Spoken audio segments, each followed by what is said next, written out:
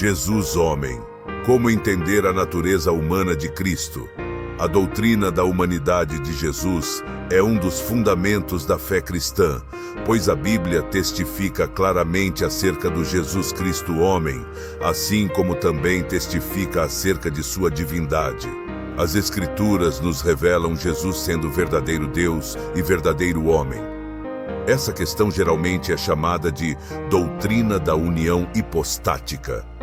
Essa doutrina trata da união perfeita e inconfundível entre a natureza humana e a natureza divina na única pessoa de Cristo, ou seja, o unigênito Filho de Deus se tornou plenamente humano, sem abrir mão de nenhum de seus atributos ou de sua natureza divina, num processo de autoesvaziamento.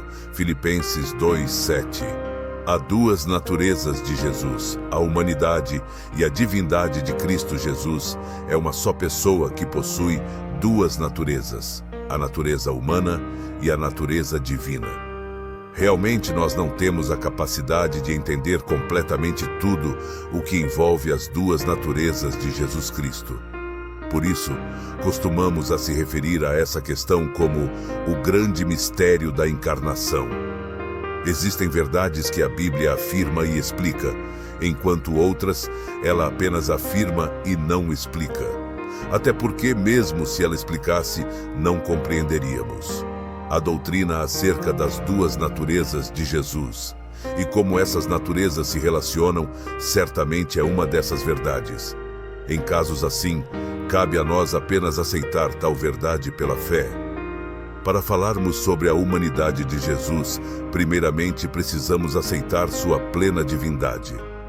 Na Bíblia existem inúmeras referências que provam que Jesus é Deus, o Filho unigênito do Pai, a segunda pessoa da Santíssima Trindade. Da mesma forma, ela também afirma sua humanidade. Esse ensinamento bíblico acerca do Jesus homem pode ser facilmente percebido nos textos que falam acerca de seu nascimento. Lucas 2:1-5. Crescimento e aprendizado. Por ser verdadeiramente humano, Jesus também podia ser tentado, assim como nós. Porém, diferentemente de nós, ele sempre venceu as tentações e nunca pecou. Mateus 4:1-11, Hebreus 4:15. Como as duas naturezas de Jesus se relacionam? O maior desafio em entender o ensino bíblico acerca das duas naturezas de Jesus se concentra no mistério de como essas duas naturezas se relacionam. Por exemplo, sendo plenamente humano, Jesus demonstrou desconhecimentos de certos fatos durante seu ministério terreno. Marcos 13:32, Lucas 8:45-47. Enquanto que, sendo plenamente Deus, ele também demonstrou possuir os atributos divinos, como a onisciência. João 1:48, 16:30, 21:17. De acordo com o exemplo acima, podemos corretamente afirmar que algumas características e atitudes de Jesus podem ser atribuídas à sua natureza humana, enquanto outras à sua natureza divina. No entanto, isso não significa, de forma alguma, que Jesus alternava essas duas naturezas, ou seja, agindo em alguns momentos como homem e em outros como Deus. A verdadeira doutrina bíblica aponta para o fato de que ele sempre agiu na unidade de sua pessoa divina humana, visto que não se tratam de duas pessoas, mas de uma única pessoa com duas naturezas distintas e inseparáveis.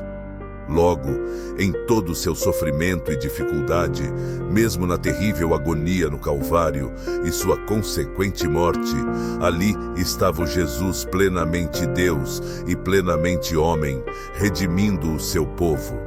É claro que esse conceito é extremamente difícil de se entender, pois implica na condição de que, ao mesmo tempo em que Jesus, em sua humanidade, experimentava fraquezas comuns aos homens, em sua divindade, ele permanecia onipotente. Para nós, é impossível compreender esse conceito, e isso não significa que seja uma contradição, mas um paradoxo que nos leva a reconhecer que a encarnação do Verbo é de fato um mistério. As heresias acerca das duas naturezas de Jesus, ao longo dos anos, durante a história da Igreja cristã, surgiram várias heresias acerca das duas naturezas de Jesus Cristo. Todas elas têm em comum atacar, de alguma forma, ou sua natureza humana ou sua natureza divina, ou ambas. O monarquismo dinâmico e o arianismo são exemplos de heresias que atacam a divindade de Cristo.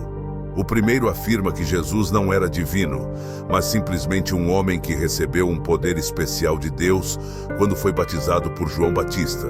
Já o segundo defende que o Filho de Deus nada mais era do que uma criatura do próprio Deus.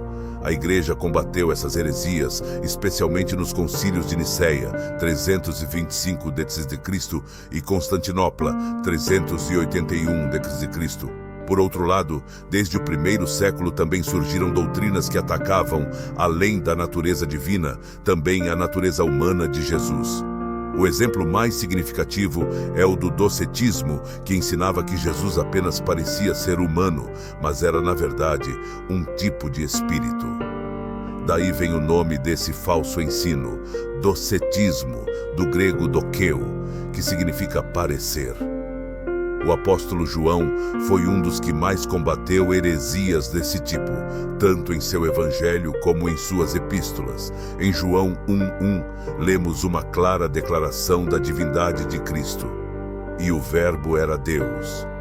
Enquanto que no mesmo capítulo, no versículo 14, lemos também uma afirmação explícita da humanidade perfeita de Jesus, e o Verbo se fez carne e habitou entre nós. Em sua primeira epístola, o mesmo apóstolo alertou sobre os falsos profetas que, no espírito do anticristo, negavam que Jesus Cristo veio em carne. 1 João 4:1-3. Mais tarde, o apóstolo João também repetiu esse mesmo alerta, com a mesma severidade na condenação, afirmando que quem não confessa que Jesus Cristo veio em carne, este tal é o enganador e o anticristo. 1 João 7. Por fim, há também outras doutrinas heréticas que acabaram distorcendo o ensino bíblico acerca das duas naturezas de Jesus, como, por exemplo, doutrina nestoriana. Afirmava que Jesus possuía, além de duas naturezas, também duas pessoas, divina e humana, que se encontravam em um só corpo. Doutrina eutiquiana afirmava que Jesus possuía apenas uma única natureza, entendendo que a sua divindade havia absorvido sua humanidade. A Igreja cristã rejeitou esses dois erros, especialmente no Concílio de Calcedônia, em 451 d.C., onde foi afirmado que Jesus Cristo é uma só pessoa, verdadeiro homem e verdadeiro Deus, que possui duas naturezas, inconfundíveis e imutáveis, inseparáveis e indivisíveis, nas quais permanecem intactos, em cada uma delas, seus próprios atributos. E Jesus homem. A importância da humanidade de Jesus. Apesar de ser um mistério, a Bíblia definitivamente afirma que Jesus é plenamente Deus e plenamente homem. Enquanto enfatizamos corretamente a divindade de Cristo, às vezes é comum cairmos no erro de minimizar sua humanidade.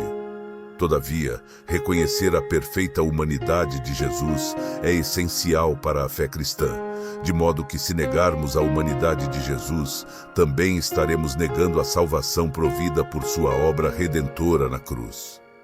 O escritor da Epístola aos Hebreus tratou desse assunto de forma bastante detalhada, enfatizando inclusive que a realidade da humanidade de Cristo é fundamental na realidade da nossa salvação.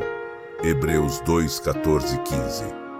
A verdade acerca da humanidade de Jesus também nos faz entender o cumprimento de algumas promessas fundamentais, como, por exemplo, a promessa feita pelo próprio Deus após a queda do homem. Em Gênesis 3:15, lemos que a semente da mulher esmagaria a cabeça da serpente, e essa promessa encontra seu cumprimento na pessoa de Jesus Cristo, plenamente Deus e plenamente homem. Assim, a doutrina acerca da humanidade de Cristo é fundamental para a nossa fé e significa um grande conforto para nós, pois em Cristo, sendo plenamente homem, temos a garantia de que Ele pode nos auxiliar em nossas aflições e sofrimentos e interceder por nós diante do Pai. Hebreus 2, 17, 18, 4, 15, 16, 5, 2, 9, 7, 25.